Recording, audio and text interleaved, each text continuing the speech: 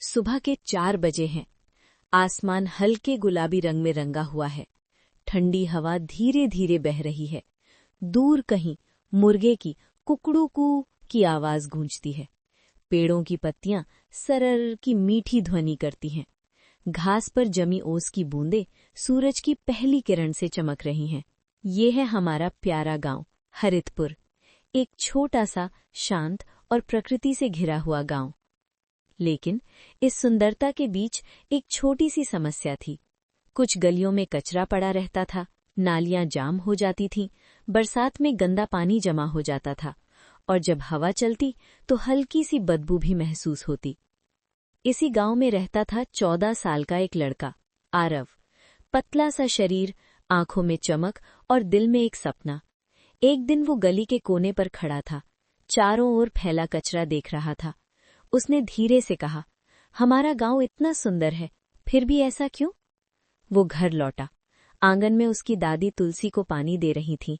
आरव ने पूछा, दादी, क्या हमारा गांव हमेशा ऐसा ही रहेगा?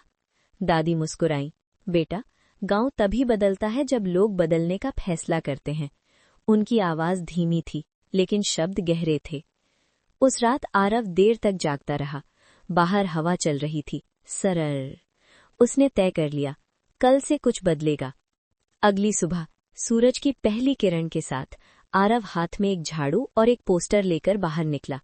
पोस्टर पर लिखा था, स्वच्छ गांव, स्वस्थ गांव। उसने अपनी गली से शुरुआत की।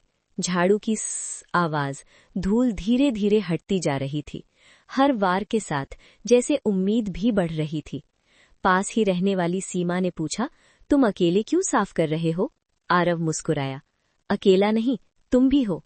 सीमा भी झाड़ू ले आई, 2 झाड़ू एक साथ, स धीरे धीरे, और बच्चे जुड़ते गए।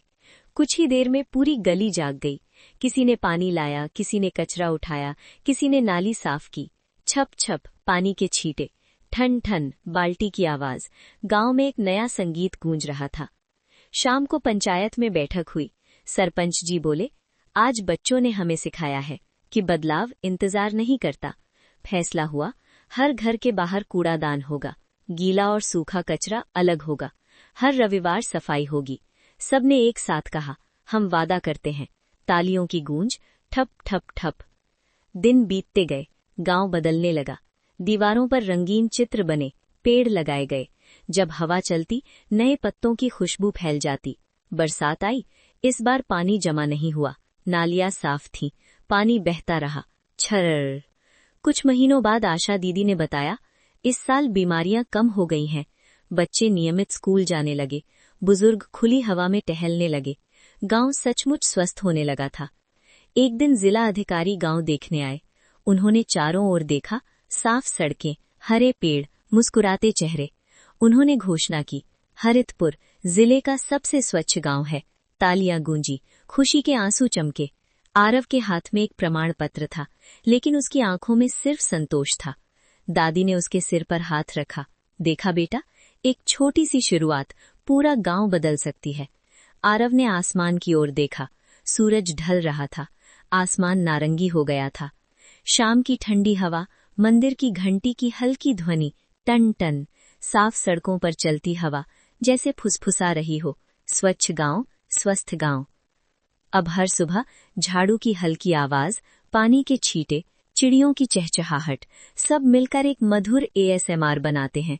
हरितपुर अब सिर्फ एक गांव नहीं, एक प्रेरणा है, एक याद दिलाने वाला संदेश कि स्वच्छता सिर्फ सफाई नहीं, ये सम्मान है, अपने घर का, अपनी धरती का और अपने स्वास्थ्य का। धीरे, फुसफुसाहट जैसी आवाज में। अगर एक बच्चा एक झाड़ू से इतना बदलाव ला सकता है, तो सोचिए हम सब मिलकर क्या कर सकते हैं।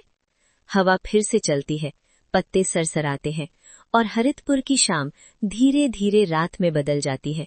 लेकिन ये कहानी यही खत्म नहीं होती, क्योंकि स्वच्छता एक दिन का काम नहीं, ये हर दिन की आदत है। बहुत धीमे, अंतिम फुसफुसाहट, स्वच्छ गांव, स्वस्थ गांव।